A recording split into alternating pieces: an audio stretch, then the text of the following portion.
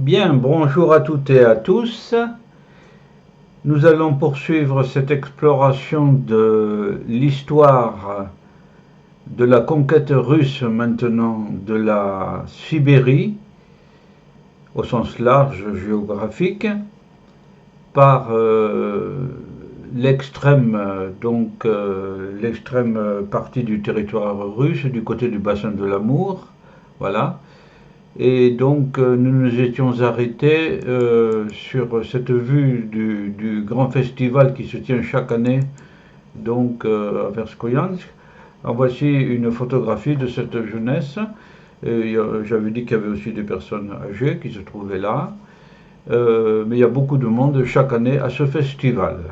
Voilà. Nous poursuivons donc au-delà de cette vue. Donc, nous avons fini le C, la seconde étape, Moscou, après Novgorod et le détail des principes dans la vidéo précédente. Et nous allons avoir les trois percées que l'on va indiquer et cartographier. Voilà la cartographie. Comme on en sait plus haut, on distinguera trois axes d'exploration. D'abord, en direction du Pacifique Nord.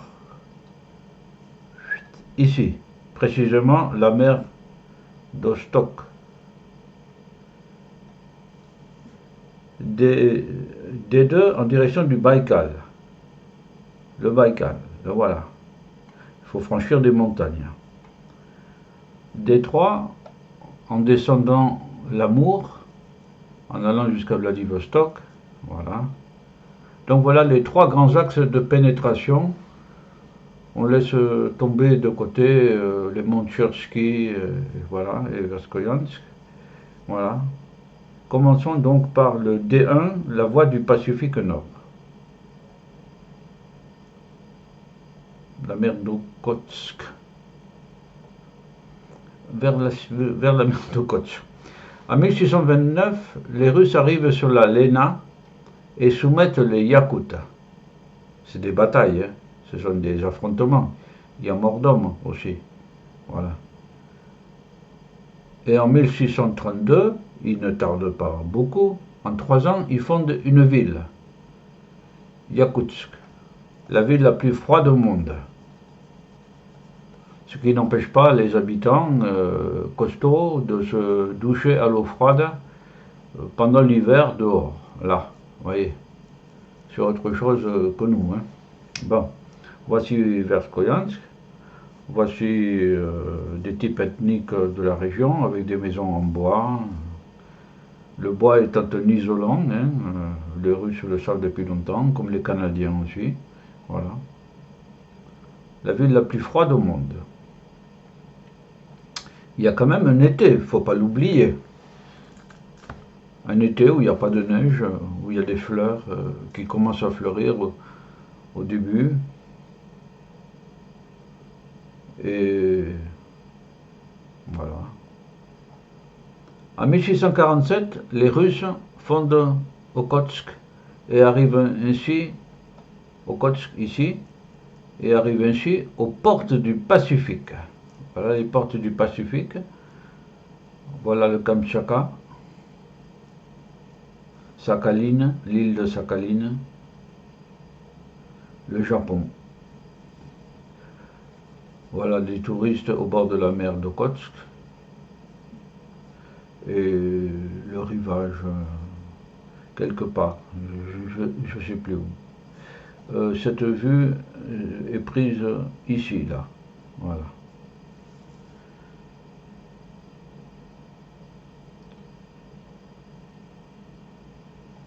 C'est presque méditerranéen, là. Ou grec. Okhotskisches Meer, ça c'est en allemand. Voilà. Les Allemands sont friands aussi de la Russie, d'explorer. Voici le Japon, voici le Kamtchatka, voici la Russie, et voici la Chine qui rentre dans le territoire russe. Voilà, la Chine. Et il y a à Okhotsk, son festival de sculpture sur glace étonnant, étonnant, étonnant. Sculpture sur glace, magnifique oiseau. Voilà, magnifique. Alors, sculpture, sculpture, partout on sculpte la glace. Petit rappel, nous avons rapidement vu cette avancée des Russes vers la mer d'Okhotsk et la fondation de la ville. Le deuxième point, c'est en direction du Baïkal, des deux. Vers le sud de la région du Baïkal, les Russes se heurtent à des peuples gouvernés par leurs croyances, soit l'islam, soit les chamans. Dans la région du Baïkal, les Bouriates mongols opposèrent une vive résistance d'une guerre qui dura 10 années. Les Russes finirent par l'emporter et ils fondèrent la ville d'Irkoutsk en 1652.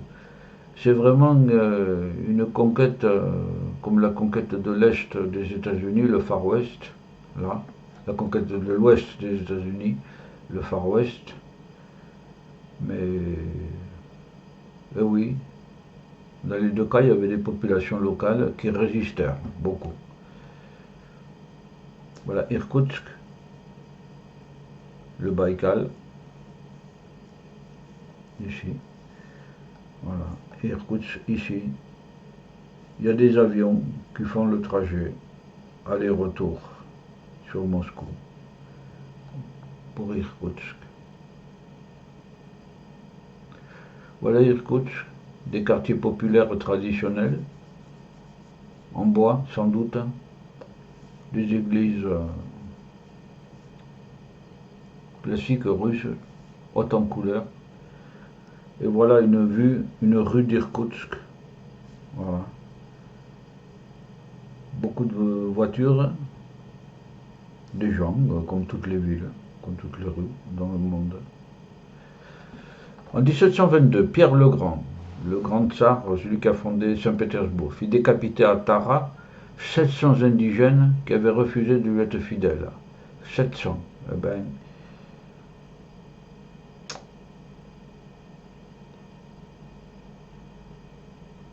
non, j'avais une interférence avec Soliman le Magnifique lors des croisades qui a fait décapiter après la chute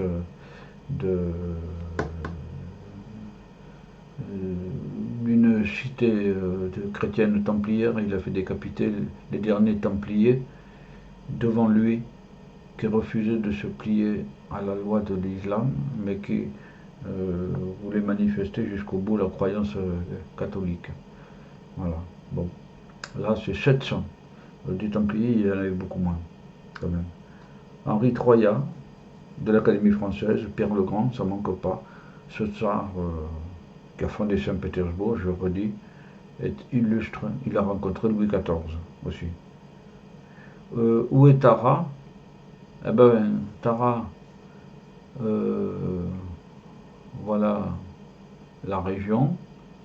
Donc Tara est ici. Et si on grossit, c'est là.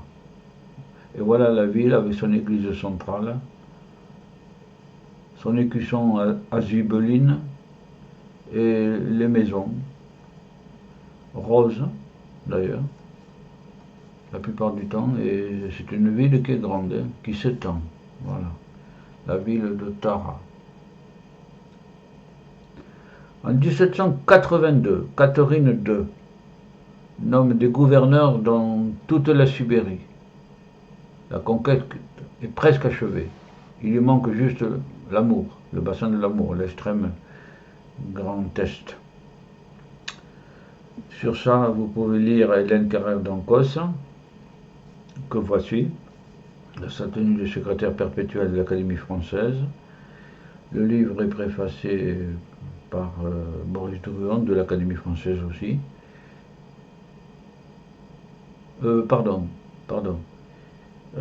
Prédécesseur Maurice Drouin, oui, de l'Académie française, bien sûr, Maurice Drouin. Hélène Carrère d'Ancos. Petit rappel du chemin parcouru à pied.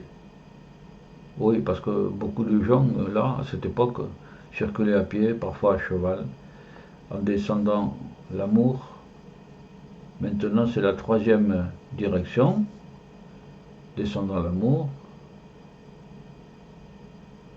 en descendant l'Amour, et là, il y a la question chinoise.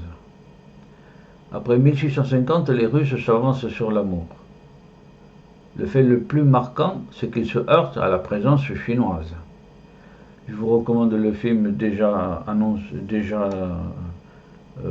manifesté dans ce montage sur la Sibérie de Kurosawa, Akira Kurosawa, le très grand cinéaste japonais, Dersu Uzala, dont j'ai déjà parlé.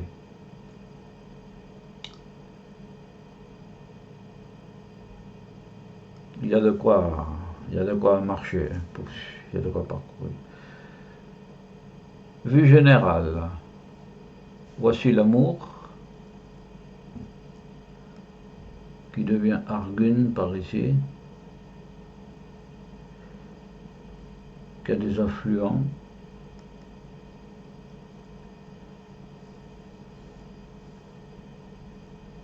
Ça c'est chinois, Harbin, Jilin, voilà, c'est cette zone-ci donc.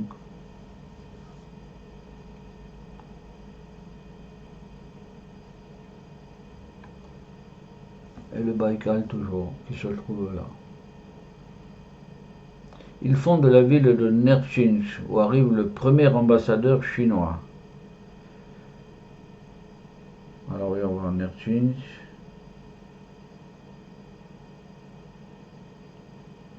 Ah, elle n'est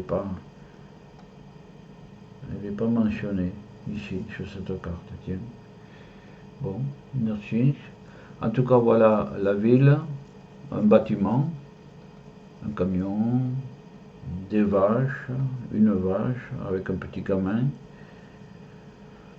une épicerie artisanale, traditionnelle, comme il y en avait beaucoup en France avant les supermarchés. Ça permettait de faire revivre plein de gens et d'avoir des commerces de proximité aussi. Et le pouvoir économique était conservé aussi. Et des publicités pour un extrait de viande libiche, voilà, sur les Tungus. Et le marché à Nerchinsk.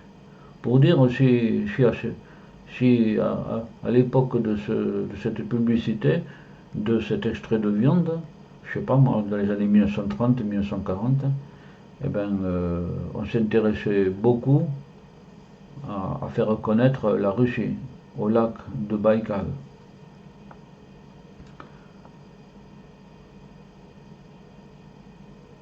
Oui. Nerchinsk. Le fleuve Argun,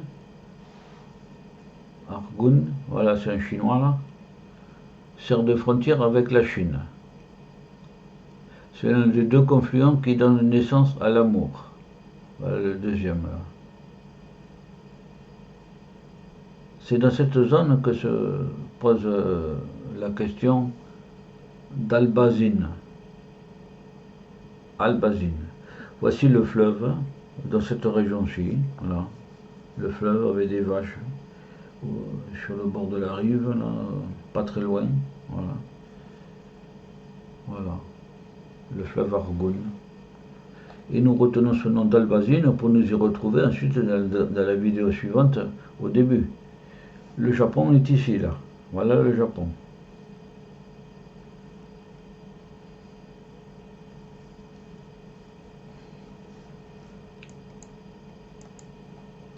Et ce faisant, nous avons encore, dans cette dernière conquête russe, qui ont conquis progressivement, au-delà de l'Oural, toute la Sibérie, toute la plaine de l'Ob, etc., jusqu'à Vladivostok, et ensuite qui se sont étendus vers le sud. Nous sommes à la dernière conquête russe, donc sur le bassin de l'Amour, Donc, comment s'appelle cette ville? Albazine. La question d'Albazine, c'est donc près de Nertchinsk. Voilà. Ce faisant, nous avons la vue éternelle de la culture sociétale, de la nébuleuse du cheval, sur fond galactique, avec des galaxies. Même les petits points, ça peut être des galaxies. Ce sont des galaxies, d'ailleurs. Voilà. Lointaine. Et l'homme s'interroge toujours sur les infinis stellaires. Voilà. Bien, je vous dis au revoir. 15 minutes, donc c'est parfait. Nous allons maintenant passer à la dernière vidéo de cette conquête intellectuelle de l'histoire de la Sibérie, qui en fait comprend toute la Russie, sauf la partie de l'Oural jusqu'à Moscou, quoi. Voilà. Là, c'est la conquête russe, la russification de ce pays, en quelque sorte, sous l'empire des tsars, du premier Ivan. Voilà. Bien, je vous dis au revoir et à la dernière vidéo. Au revoir à toutes et à tous.